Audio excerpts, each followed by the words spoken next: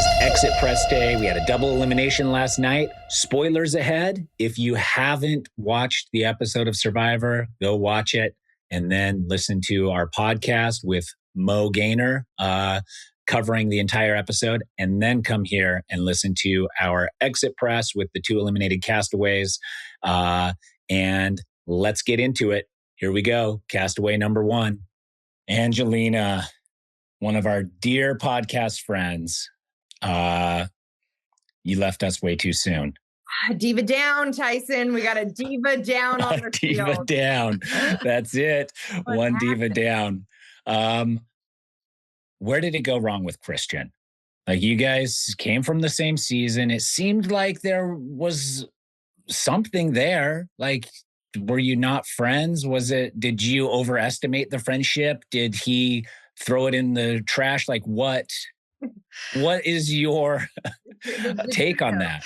So me, Mike, and Christian, Mike was the glue. Mike was the linchpin. Christian and I, we have always had like a little bit of a Survivor feud, right? Okay. And I threw the first punch, right? I went after him for those who recall many years ago, David versus Goliath merge. I was like, this guy is so charming. It all came from a great place of like love and admiration, but I'm like, yo, this guy has everyone wrapped around his finger. He's so charming. He's so funny. He's endearing. Disarming is the word I would use, right? For Christian. And I clocked that as soon as we hit the merge. And I tried to get the Goliaths to take out Christian first, but he had already gotten Dan and others around his brochachos around his finger. And so that did not happen until Mike put some wind in those sails on the second boat. So that's the lore with me and Christian, is that I kind of put a target on him in David versus Goliath. I would say he put a target on himself by being so magnetic. But that's where it all started. And we were, we've been friendly. We are cordial. We're still cordial. I, saw him and his wife, Emily, at the premiere, congratulated them on their baby. I mean, parenthood is like the biggest blessing of time. And so I'm one who can put the game aside. And then also, like, he didn't owe me any favors, right? Like, Christian getting me out, fair. So fair. Like, I never really trusted him. He never really trusted me, but Mike trusted both of us. So Mike was the bridge holding us all together, but it was definitely real wobbly.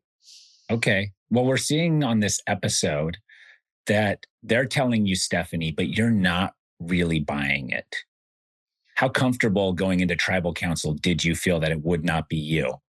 I'll put it this way. I knew I was going to give him my jacket if I left, and I had my jacket at the top of my bag because I knew that there was a high likelihood that it was going to be me. I knew I needed to either play my shot in the dark or I needed to trust Emily and Christian and vote for Stephanie. So why didn't you play your shot in the dark? So obviously I chose the latter because here was my thinking, Tyson. Shot in the dark is what, 1 in 5 probability? 6. 1 in 6, even worse, worse. So I was like, 1 in 6 shot versus like the chance that Emily's being for real with me, because to be told, the reason I was going with Christian and Emily was not because of Christian. It was because of Emily, right? Emily had garnered trust. We saw that scene.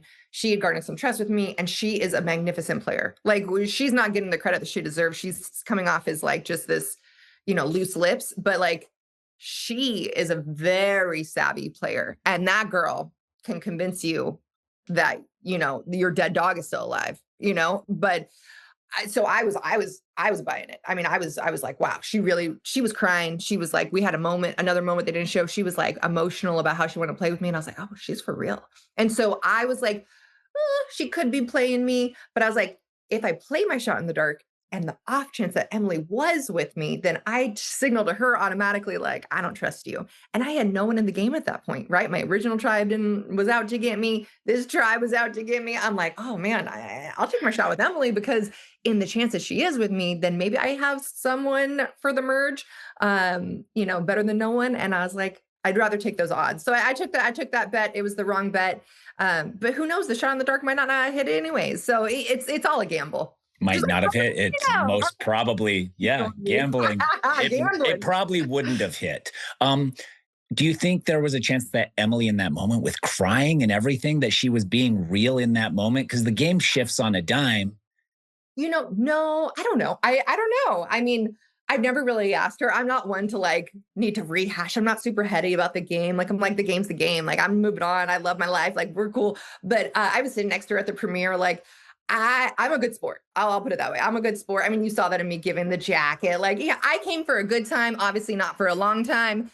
And I just wanted to run it back. And like, unfortunately, it came, I'm getting like my Angelina saying like, Queen, you're boring now. What happened? I'm like, Babes, I'm not boring. I promise. I was just under the radar on purpose, And so, I just want my Angelinas to know I still got it, you guys. Okay. I promise.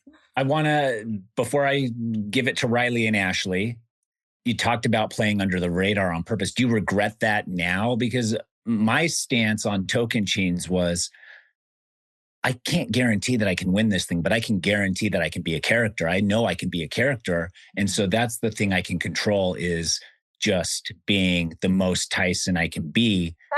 You still maintain that playing under the radar was your... I was still playful. Like I was still... Yeah. You were fun out there. You just weren't like, No, I was fun. In your face. I was not intentionally over the top. Right. Because I was like, for what? You know what I mean? Like, yes, I did the fashion show, but that was all to have fun. Like I wasn't trying to get screen time. I wasn't trying to like be someone else. I just came out myself. Like, and I call it under the radar, but like another reframing of that is just being calm, a reasonable, level-headed person. That doesn't translate well to TV, which is fine. Like, I don't need to be the star of the show. And so, but that being said, I will say, and it's pretty abysmal, the lack of female voices on this season. And we need to get into that in a little bit, but so it's not even about me. It's not about my confessional account or any of that bullshit. Like, I don't care about any of that. Truly. It's not why I went back. And I didn't need to be a character. I was just myself. And then you get little clips here and there of like me telling Q that I had a problem with my order with a Q skirt and like fun bantering things like that. It just didn't make it. That's fine. But I was playful. I was having a good time. I was just trying to be low key. I wasn't trying to stir the pot because I had to mitigate that ghost of Angelina past, which is a chaotic player. I knew there were rumors that I was targeting old school. I think Christian started to like kind of muddy the water for me before I even started. I mean, that guy had a hit list. He knew exactly who he was going to take out and when. And so anyway, that's all to say, I knew that Stephanie and Colby were just like never going to work up to me. I tried. I really, really tried. And it was just like hitting a brick wall, literally. And I was like, okay. And some people you're just never going to be able to convince, and I would have true for anyway, but like you really truly lose some and you win some. And I don't think there was a different way for me to play. I think this was my best strategy. I think I got two really shitty tribes, given me and my history and my connections. And I of course, you tell yourself things to sleep at night, but I do believe if I would have hit the merge, I would have had so much gas in the tank and like people and other types of personalities that would have just really meshed with me a lot better. And that I could have maybe found a way to move forward further deeper into the game, but we'll never know. Until who are you next looking time. forward to playing with at the merge? So many people.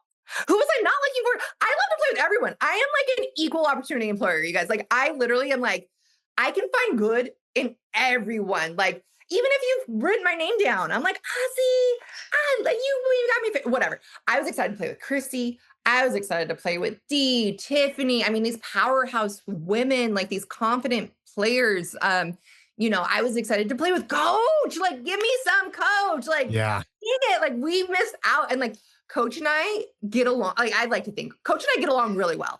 And we're both obviously big personalities. And I was like, just excited to get to know him and play with him. And I was like, oh, dang it. It's like my bucket list of just getting to exist on a beach with Coach, like taken away. I'm going to have to steal him and take him to Fiji one day just for us. Yeah. Well, make sure you film that. Done.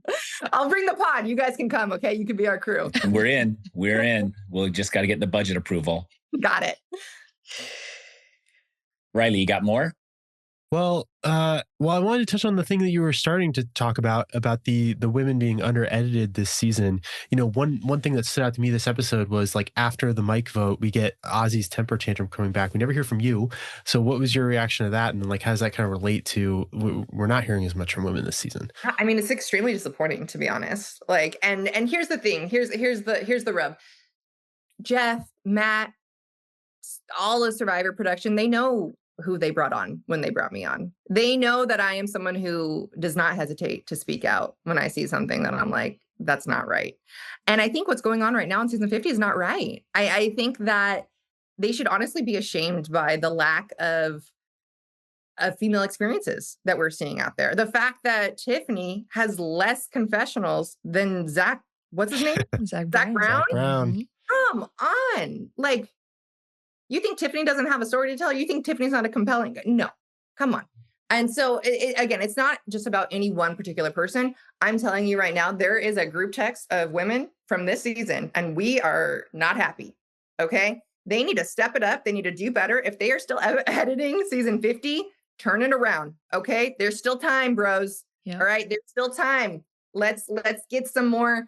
Let's get some more thoughts in there. Okay. Let's get some more women going. Okay. And again, it's not about equity. It's a reality TV show, right? I'm not expecting 50-50. I'm not expecting, it's not a nonprofit.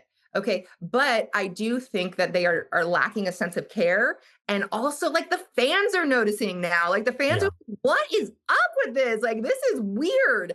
And we're hearing this from the same people. You know what? My theory is that they are reverting to like an older school formula. Like, I feel like I'm watching season 15. No offense, Tyson, but like I feel like I'm watching like I wasn't even on the show back then. I know, but like the olden days, the times before. Okay, yeah, the land before time, and I feel like we're watching. Like I feel like they heard all this feedback from 40, like, it's too mushy.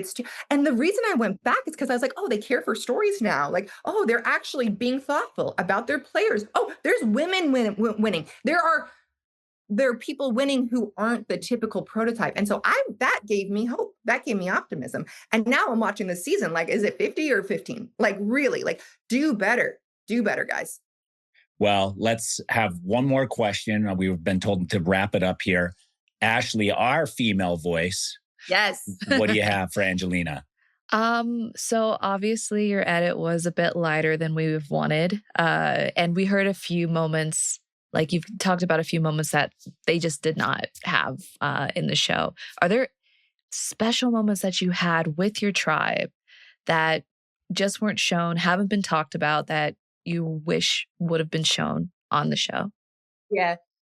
For me, a really profound moment that I thought was meaningful, especially given that we met because of Survivor, and it showed the power of Survivor to bring people together, was reuniting with Mike. And my first conversation with Mike on our swap tribe, I saw him and I meant to every word. I said, "You matter more to me than this game. I will never betray you, Mike." And I said, I that was not my plan. That was not my plan coming in, but seeing him and just feeling like we were literally back on the beach that we started Goliath on 7 years before, same beach. And he's just a dear person to me. And I mean, he made my older daughter laugh for the first time when she was 2 months old on the back porch during COVID. Like, that's the stuff that transcends the game, right? And so just seeing him out there, I told him, I said, "You matter more to me than this game. You matter more to me than winning more than $1 million." And I said, and only because it's $1 million. I said, maybe if it was 2 or 3, we'd have to reevaluate. But we are right now. You matter more, and I love you, and I'm in it with you. And so, it's disappointing to see, the cut of me and Mike, because I feel like they told the audience, but they didn't show the audience like really what that connection was and why. And so I was surprised that didn't show. And then of course that they didn't show how devastated I was to lose a dear friend. And again, it comes back to the power of the show and how it brings people together and the experience bonds you. And I think, to me personally, I think that's more compelling TV than watching Jonathan fart or watching Jeff do impersonations. But I could be wrong. I could really be wrong on this. Yeah.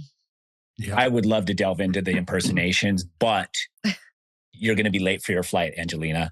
Oh, for real? Thank you so much for all your time.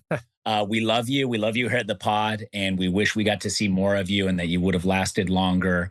And we have so much more to talk about that I wish we could, but we got to get you home to your family. So all right, another day. Okay, guys. Another day. All the love in the world. Thank you so much, Angelina. Love you guys. You guys do a great job, by the way. Thank you. Thank you so much. All right. I was very bummed to see Angelina go. I thought her story was lacking a bit. I'm glad we got to touch on that. Like you said, Riley, we didn't get to see her reaction to her closest ally going home. We got to see Ozzy. I do understand, like, we want to tell everyone's story, but also, like, is Ozzy's future story being told? And so we had to have that. Could we have had both? I think there's room for both if we just skip Jeff's impersonations of those three contestants. Yeah, I mean, I definitely don't want to cut Ozzy's temper tantrum, though. Right. I mean, that's good stuff. But I also have liked to have had a confessional or two from Angelina about what it means that her closest ally just got cut. Yeah. And I also, I mean, we have to dig more into Angelina. I know I said that, but like, she has so much to say and we want to hear from her. She's one of those contestants that went to the end last time and didn't win. And I wanted to say, which hurts worse, like getting voted out like this or getting to the end and not getting votes? Maybe Charlie can speak on that. Maybe we'll have time for Charlie to speak on that a little bit as he comes up later or next. But I also wanted to talk on Angelina telling Mike White that she would not betray him no matter what. And I think that is,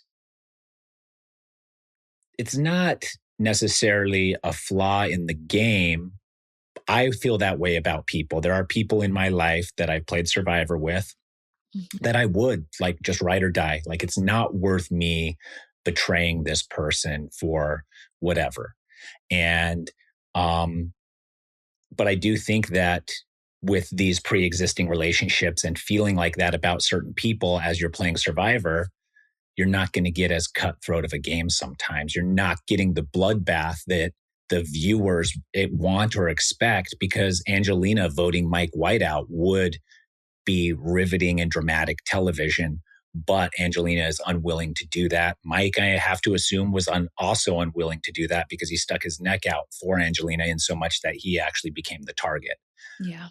Do we like that dynamic? Do we think that slows the game? Is it less compelling? Should we have seen that on camera? I think it's a balance, right? Because then you have Charlie, who was, betrayed. And so you have like the two different ways of, like, you have Angelina, who wasn't betrayed by Mike White, but then it still ruined her game. And then Charlie, who was betrayed, and then that kind of messed him up. So I feel like if you betray your closest allies, it could traumatize them so badly that they can do really, really bad on Survivor. But if you create such a big bond that you're never, ever going to betray each other, then it can also make you have a really bad game. So I'm not sure how... it's definitely like a balance of, I feel like there's certain people that unless they gave me license to kill, I'm not taking a shot. It's not a lot of people, but there are people that I feel like, okay, the sting of me going for them before they tried to go for me would be too detrimental to our relationship outside of the game. Yeah. And I'm not willing to throw that away. Okay. I think that's good for the show too. It brings stakes to it. If every player on the beach is like, I'm a schemer and I'll cut anybody to get ahead, that would become really boring. It'd be too homogenous of gameplay. You need some of these bonds where it's like, well, I just can't break that or whatever. There's a lot of, like, last season, I go back to last season where we wanted Sophie to betray Rizzo and Savannah, right? Yeah. And I think she would have won the game if she'd done so, but she chose not to because that friendship mattered more to her. And those three are still tight now outside the game. And that's an interesting choice. That's like compelling television. It's compelling storytelling. And so, if I were in Sophie's position, I would have cut those people, I think, but maybe not. If I had actually spent, 20 plus days, 3 weeks with them, maybe I wouldn't have. So that's what's interesting about the show. Mm-hmm. Yeah, you are right. Actually, that's what makes the show still operate, is that it's not all pure strategy. You have layers of emotion. And it seems like there's some bad blood this season too with some of these players, like where you got like Mike and Christian seem like that's it. That's like an actual problem between the two of them. And it sucks for them. I mean, nobody wants to be feuding with people that they were once close with or whatever. But for us, it's like, oh, this is really compelling and interesting. You know, that it's kind of better for this, even if it's a little bit, it can also leave a little bit of a sour taste too. It's still interesting. Yeah, it is interesting, and it's at their expense, not ours. So, we are in the Coliseum giving the thumbs up or the thumbs down. It is.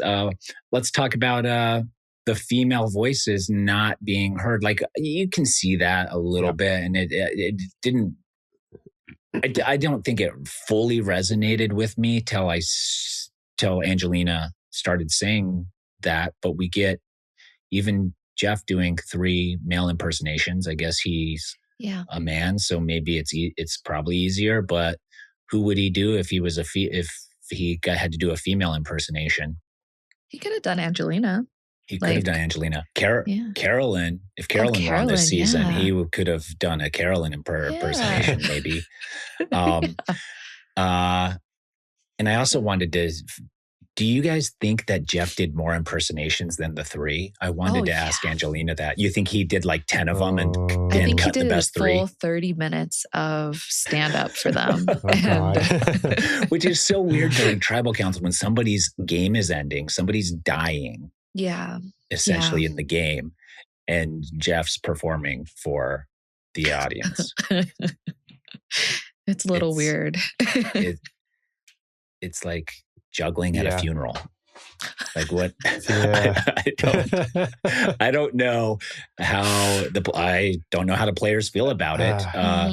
But you're probably right that it would have been better done at like a challenge or something where the tone is a little lower. Because I did actually think his expressions are like, they were kind of good. Like compared to the rapping, this is like a million times preferable to the rapping better. To me. Oh, for sure. So, but probably the wrong venue. I was also, when Angelina mentioned the lack of female voices, it was definitely like, oh my gosh, that makes 100% sense. Like, but I am wondering and hoping that Survivor 50 will get into the Genevieve and Aubrey opportunity to give them like almost like the Charlie and Rizo arc that Charlie got, because Charlie got like a pretty decent like storyline through that. And I'm hoping that they're trying to set us up for that.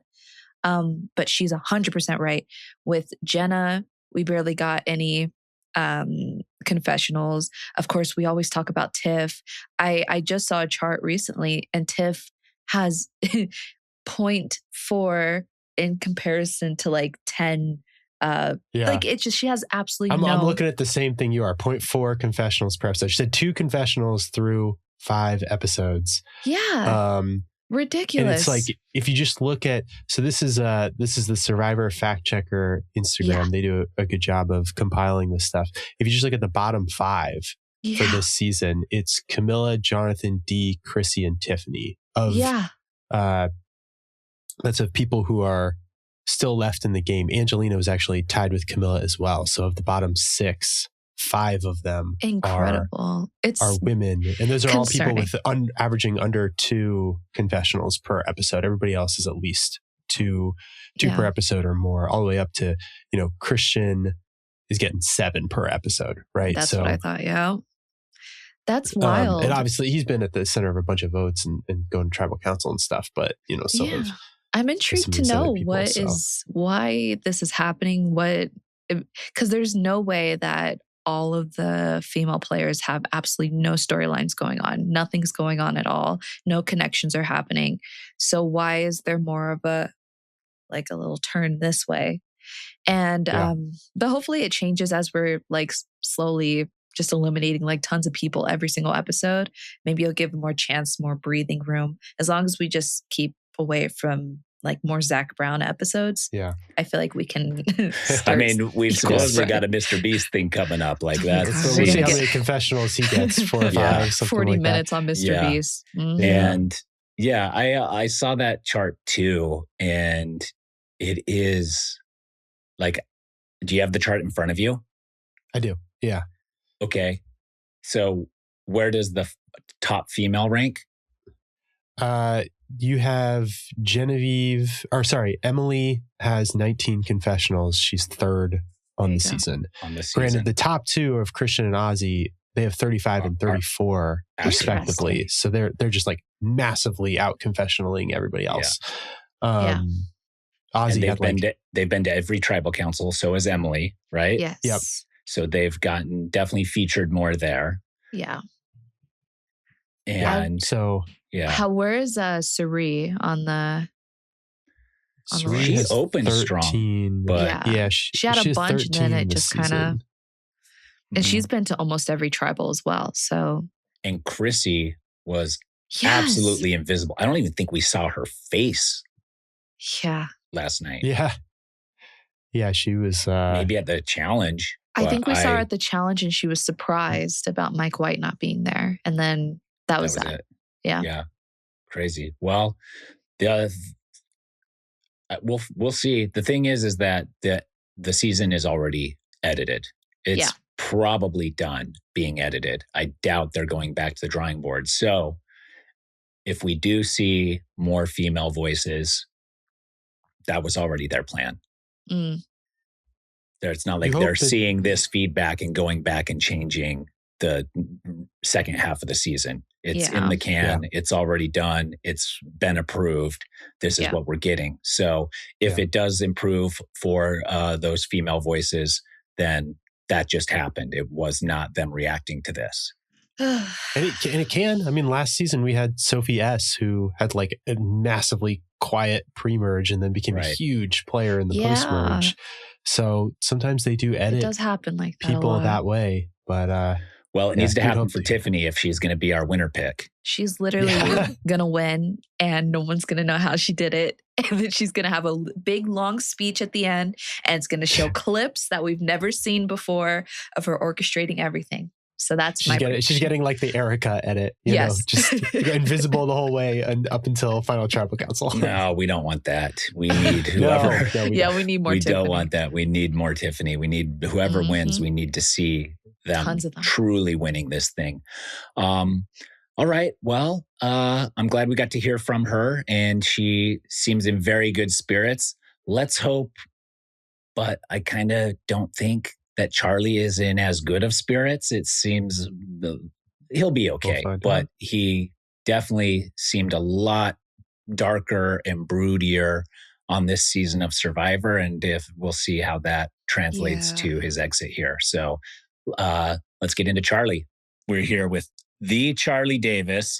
Charlie, I've been seeing some exit press already being released, and I have to commend you on your award-winning mustache. Wow. Wait, are people talking? I'm talking. I see the mustache and I'm talking about it. I might be the first to mention. Good. Has anybody else said anything about the mustache? You know, some soft mentions, some notices, but I'm glad you're calling attention to it because I just, put it on for this exit press for my press corps. So yeah. Thank you. I think it's befitting and you should roll with it longer. You're going to get rid of it after this? No, I'm going to let it ride. Let it ride at least a couple of weeks. Yeah. Give it a chance. I think it looks very handsome. Thank you. Charlie, how are you? I'm good. Honestly, it feels like there's a weight off my shoulders. Like, a little bit of like uneasiness and anxiety, like going into your boot episode. And so I'm just like, honestly, now I feel like doing all the press, getting to talk about it has been good. So I feel like definitely lighter and like a weight's off. So it's good. I'm good. You looked like there was a lot of weight on you this season. Was like not heavy, not like, you ate to starve, but an emotional heaviness. Was that present the entire time? Because you looked tense. You looked very distraught in moments over the whole Rizo thing. Like how from our vantage point, it looked like it was a 24/7 emotional torture. Is that what it was? No, definitely not. And certainly on like, obviously they didn't show much of like original Kahlo tribe. And there was like none of that going on over there.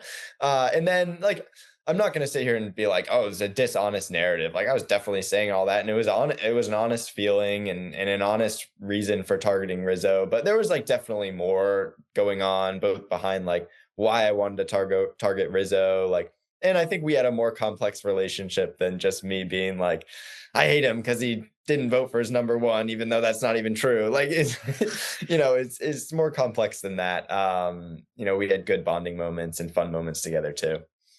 Okay. Why are we only seeing this from you? Like this season is the Charlie has to get Rizo out at all costs. What is? Yeah, I mean, well, I think I totally get like them showing that. I think it makes for a good narrative, like not only for like this season, but also like my prior your future season, Rizo versus Charlie.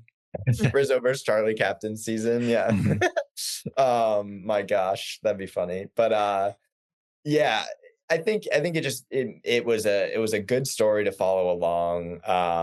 And I definitely like, again, like I was going in on that. So but I had, more strategic reasons to target Rizo too, for sure, that I was pushing out to folks. Obviously they didn't take.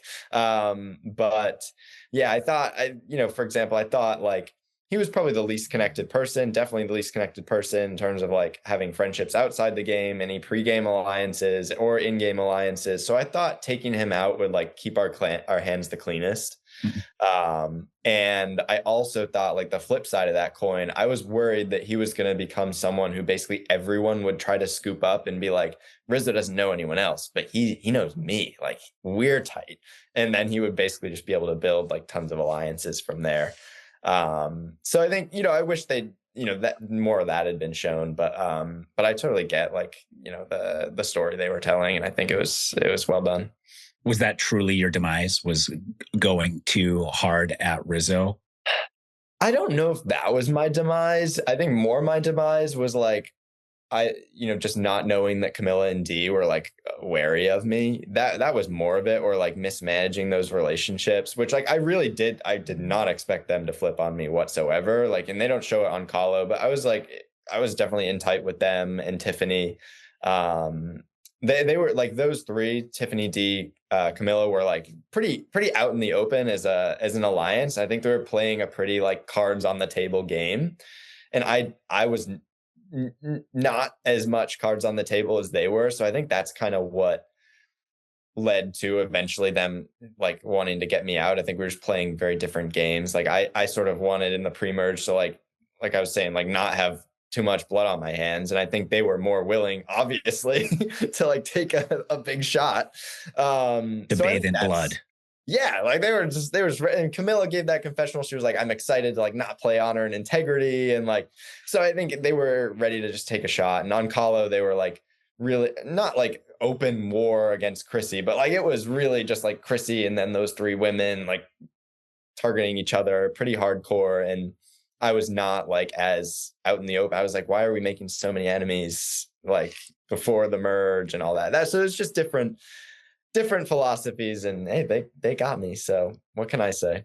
Okay. Well, last thing from me before I turn it over to my co-hosts. Yeah. We saw you on your original season, your heart shattered into 1 trillion pieces while everyone else is trying to eat pizza and drink champagne. And you're trying your best to hold it together. Yeah. Now you're a fairly early boot. I mean, it's halfway through the season. It's not that early. Yeah. But would you rather be in the position you were last time you played, losing in the end to a heartbreaker where you believed you possibly could win this thing? Yeah. Or go out early? Oh, for sure. Still, get second in a heartbreaking fashion. You invest so much time in like casting and preparation and, all the pregame press and then actually playing the game. Like, you put so much into it, and then to go out early is pretty brutal. I mean, I not to say I didn't like get anything out of the experience or didn't like the experience, but like it was really fun, like going far and doing really well. So I would definitely still take that, even though it was tough. Okay. I don't know if my ego could take losing in the final, because I've already convinced myself that any final I would ever be a part of, I would win. That's actually a good point. I think I did say, and so maybe I should revise. I think I said before, I was like, my worst result would be getting to final tribal council and losing again. So maybe if I truly believe that, maybe I should have answered differently. But I think I'd still prefer to go far. But right now in this moment, when you're now out of the game, when I had the taste of going home, my first 5 tribal council, like, I was an idiot. Obviously, I want to go far. Okay, I got one more then. Yeah. Does getting blindsided sting as bad as you imagined it would? Yeah, like worse, the same, exactly. Did you know? I knew, and I always go back to in 46 when we blindsided Hunter when he had his idol. Yeah. Like it's still like burned into my brain. Like kind of, he was almost like squirming in his chair, because that was a brutal one, because we had to re-vote, and he just had to be there while we were re-voting, and he knew like he was going to be going home. So like that was like very much burned into my brain. I was like, damn, like that like really sucks, like having that happen. And it for sure did. So yeah. Any more understanding for Maria after you yourself feeling the sting of a blindside? Or I mean, I guess so, but I also, I mean, I didn't blindside her when I voted her out either. But definitely, more understanding for sure. I think I took that away from this season as well, or just not wanting to hold on to that as tightly. Okay. Yeah. Well, every human could probably benefit from getting blindsided on Survivor. It might make them a better person. So I'm glad you got to have that experience. Yeah. Riley, sure. What do you have for Charlie? Charlie, when did you learn that kind of the idea of 49 and Rizo not voting for his number one, that it kind of didn't really play out like that? Was that when you went back to Ponderosa and talked to Savannah? Yeah, I talked to Sav, to Savannah. Like, and at that point I was like, oh my God, like it's just at that point. And that I immediately was like, oh man, if they go with this narrative, like, which obviously they did, I was like, the fans are gonna be so confused, because like half the fans probably don't even realize that like I didn't see 49. And so lo and behold, I've gotten like so many comments and DMs and be like, but Rizo like was number ones with Savannah. Like, don't you know? It's like, no, I didn't know. Like, I didn't know crap about what was going on in 49. So it was, but honestly, it's just funny. You have to laugh at that point. You're like already out of the game. And I don't know if it happened to you, but the original time I played, I would get DMs during airing that were like, heads up, next week, these guys are kind of gunning for you. And it's like, this played out. Watch your back. 8 months ago. Yeah. And you don't think that like, if it was real time, I would be watching the show and then adjusting my game. Like there were people who have been like, are you going out? Like, when do you fly back out for the next one? I was like, I don't. Yeah. Like for the next episode, like week to week, we go fly out there. Right. So. Okay. So that's still the belief of some people. Okay. Continue, Riley. Sorry. I just had to share that because I like talking about myself. Yeah. Well, I was going to follow up and ask, like, how did Rizo represent his relationship with Savannah? Did he just like dramatically be like, oh, we didn't really work together that much? Or was it a little more nuanced? Honestly, I don't remember him talking about it that much. I think he said he was tight with, I think he wasn't like, we weren't working together at all. I think he said they had an alliance. I'll remember him saying, he would talk about her. He would say something along the lines of like, oh, she like rubbed some people the wrong way, but like ultimately like they respected her or something. It was like, that's really all he said that I remember about her. So. Okay. Well, thank you. I'll kick it over to Ashleigh. Sweet. So we know that Rizo was your main target, at least in the editing world. Yeah. He was That's true. Yeah. But if you knew that Rizo was like not an option, who would have been your second target on that tribe? Probably Devon's. Yeah. Probably Devon's. And the reason for that was literally like right when we got there, Jonathan like came up to us and was like, Devon's is solid. Like Devon's is good. He's like totally good with us. And I was like, whoa, like we've been here for like 2 minutes.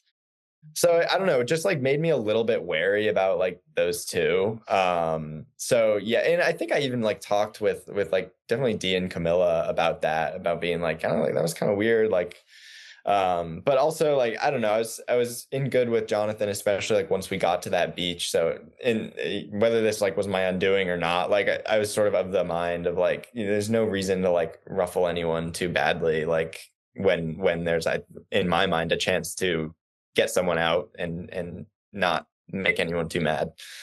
Yeah. Right. I mean, I agree with that. It's a numbers, like how many people are going to be pissed off when we come back to camp after an exit. Yeah. And you do want to minimize that as much as you can. So yeah, it makes perfect sense. If you could do it differently, how would you approach it? Well, honestly, I think for me, like assuming the tribe swap was the same, like I would have to be like so different from the gun. And it would really take a realization that like Dee and Camilla were wary or uneasy with me. Like, so I would have had to like go to them and like really like hash it out and be like, guys, like I'm locked in with you guys. Like whether maybe that meant like would mean like pitching Jonathan or something. I don't know. So yeah, it would have taken like a big correction. I don't think it would be as simple as like me saying maybe if I targeted Devon's, it would have been different. So that's maybe like a possibility, but I think ultimately like I'd had to manage the Dee and Camilla relationships better. So that would have been what I would do differently for sure. Ashleigh, you got more? Ooh, you know what? I might have a fan question really quick. Ooh, Let's yes. do it. In the hands of the fans. In the hands of fans. You add the D, right? Of course I did. Yeah, you did. For the pod is spoken, of course I did. Well, let's see. Here's a fan question. If Taylor Swift had an idol out there, what do you think its advantage would have been? Ooh, okay. You know, something with like because she's done her like Taylor's version albums, right? And those songs, those albums all have vault songs. So I'm trying to think if there would be like some sort of like vault advantage. So here's what it would do. It would be an idol that if you didn't play it for like a certain number of tribal councils, you would get like another advantage like from the vault or something. Ooh. So like kind of it baits you into not playing it for a while. So there we go. Actually, I kind of like that. Yeah. Patent pending. Yeah. TM. Okay. Yeah, I don't hate that. Anything that happened out there that you were hoping fans were going to see for the entirety of the season? I know every time I've been on a TV show, I'm like, I hope they show that. Yeah. I mean, honestly, like there were no like real singular moments. Like I wasn't there that long. I didn't go to, it's not like it was part of any like big like moves or anything like that. So like there wasn't anything super like big that I was like, oh dang, they didn't show that. But like just generally, they didn't show like early Kahlo tribe much at all. So I would have loved to see more of that. Like there was some good strategy and like I'll say drama as well, like going on in that kind of like between Chrissy and the Alliance of Women and sort of everyone sort of interacting with that dynamic. So that would have been fun to see, but you know, we didn't go to tribal. Also, like you saw like Coach's calf injury. Like there was so much like he was getting like massages from us like multiple times a day. You were massaging too? Yeah, I used bamboo as like a roller for Coach's calves. So I would like put pressure down on his leg, and then like he'd like move it along. Wow, a team effort. Yeah, it was. We were really giving him some physical therapy out there. So like stuff like that like would have been fun. And yeah, I mean, Coach is hilarious out there. Like I remember I gave a confessional. I was like, Coach is kind of like Slumdog Millionaire. Like if you guys have seen that movie, it's like the guy who like he knows all the answers because of like his specific life stories. Right. And it's like Coach like throws a grappling. He's like good at throwing grappling hooks, and he's like, yeah, it's because I was like an ace, like slow pitch softball player, like quasi pro, and he ties the knots. He tells a story. He's like, when he was tying the knots in that challenge with Ozzy and Q, he was like, yeah, it's because I had this like old war veteran who like taught me specifically the best knots to tie sticks together. And I was like, what? And do you believe all that? Because I can't tell. I've known Coach for 20 years. I cannot tell if some of it, like I was walking around with him in Reno or something, and we walked past a boxing gym. He's like, let's go in here real quick. I was a semi-pro boxer. And then he goes in and throws some punches. He's like, the punches look real enough that maybe he's like, there is some truth to what he's, I don't know. I think that's half the entertainment value though. It's like, because he tells the story and it's like, it's so believable, but so unbelievable. Yeah. That you're like, it just, honestly, it made it really fun being out there. I had a great, we had a great relationship. Like we were working together. So did he give you a nickname for a short time? I didn't earn a nickname. I gotta say, listen, I'm ready to come out and say it. I was disappointed by the nicknames. I was not blown away. What was it? Tidewalker. Tidewalker was him. Monk. There was Stone Bell Monk and the Oakbound Warrior. There it They is. didn't do it for me. They didn't do it for me. It's not as just punchy as the Warrior, the Wizard, the Dragon Slayer. So, yeah. Dragon Slayer is hard to beat. Dragon Slayer is hard to beat. Yeah. So, but obviously it was fun. But yeah. Well, good. Well, we enjoyed watching you this season, even if it seemed like you were mostly in inner turmoil with how to navigate Rizo. I promise I'm okay. I'm doing all right. I'm glad you're okay. I was actually a little concerned as I was watching it. I was like, he is in a spiral into madness and will forever linger on this Rizo hang up he has. So I'm glad that you at least outwardly seem healthy and aware. Yeah. I mean, as soon as the call ends, I'll go back into my, I'll stop faking it for the camera. Good. Yeah. A true showman. Yeah. Charlie, thank you so much. It's been a pleasure. We loved watching you on the show. And who knows? You can go out for a third attempt if they give you the call. And I'll create another random one-sided beef. So okay, good. That's what we're here for. No one is safe. No one is safe. So from the one-sided Charlie beef.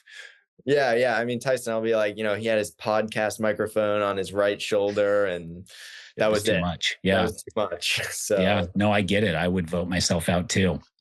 So perfect. All right, thanks, Charlie. Yeah, thanks, guys. Thank you. Take care. Yep. All right, you heard it from Charlie. Good energy there. I was very happy to see that he seemed healthy. Yeah. Because you never know. Like he was brooding about the Maria thing, and that was triggered. The Survivor experience just triggers those emotions again. Plus the Rizo thing. Mm-hmm. It could be hard to watch and hard to experience. What'd you think, Ashleigh?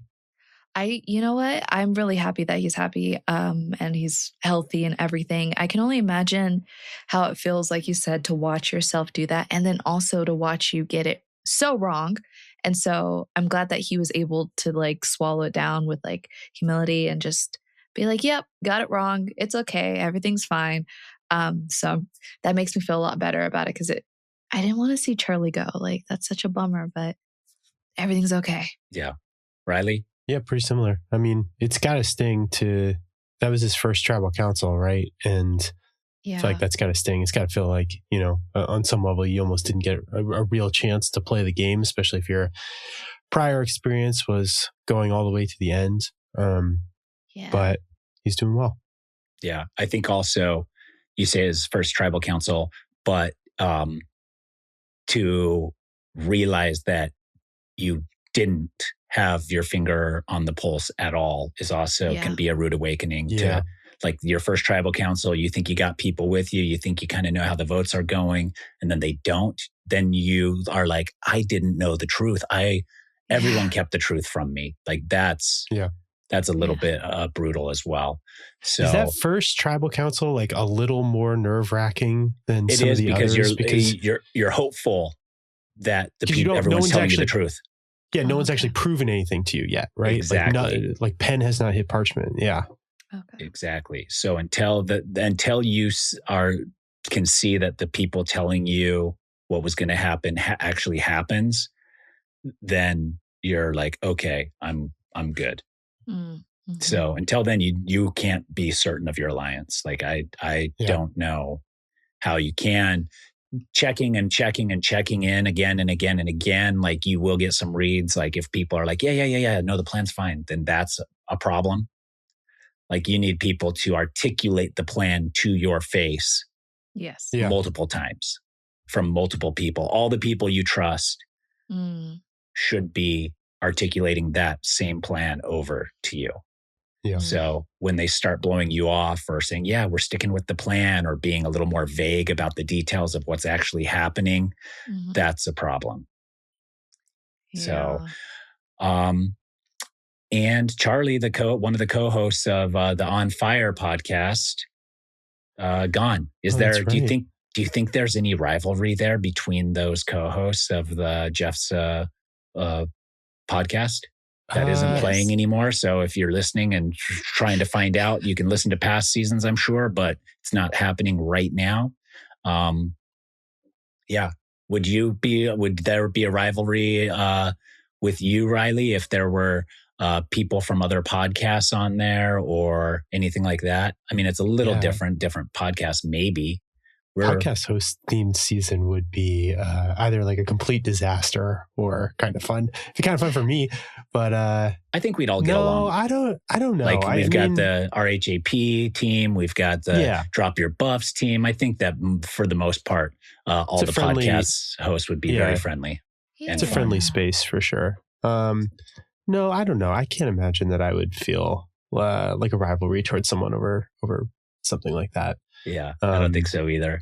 It would be like if it was like McDonald's versus Burger King employees. Nobody cares. Yeah, they don't care at all. Also a good idea for a theme season. Ooh, Wendy's, Burger King, McDonald's. Yeah. And then maybe a weird tribe like Arby's or something. And then we'll get all like the stoners at Jack in the Box or something. Yes. Okay. That's the new theme. Yeah. Any other thoughts on Charlie? Well, not on him specifically, but it's something I'm keeping track of this season. So our last 3 people voted out are all people who had never been voted out before. Yeah. And so we have 5 left that are like that. There's D, who won, obviously. Joe and Chrissy, who both went to Final Tribal Council and lost. And Rizo and Camilla lost fire making, which I think is a lot different than actually getting voted out. Right. So I don't know if there's something. It's of the people who've gone so far, we had 10 on this season who and 5 are already had gone. never been voted out, and 5 are already gone. One of them was Kyle, so that kind of doesn't really count. Yeah, but I feel like there's something to this. There for sure is.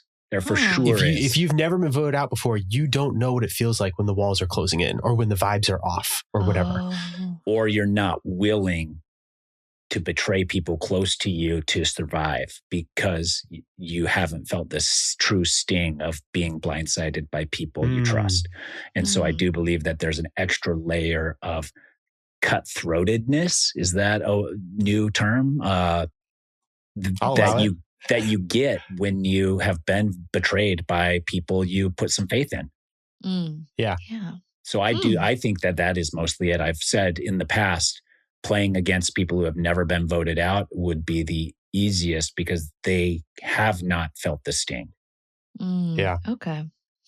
So I think they're a little bit easier to navigate because what they did last time worked out. Like even with Rizo not winning, he went to fire. He's like, well, I would have won if I made fire. So it's on me. Like that's a different feeling than getting betrayed. I feel like this probably explains why, like Christian was so willing to flip on his David versus Goliath people and be like, I'm not trusting them again and whatever else.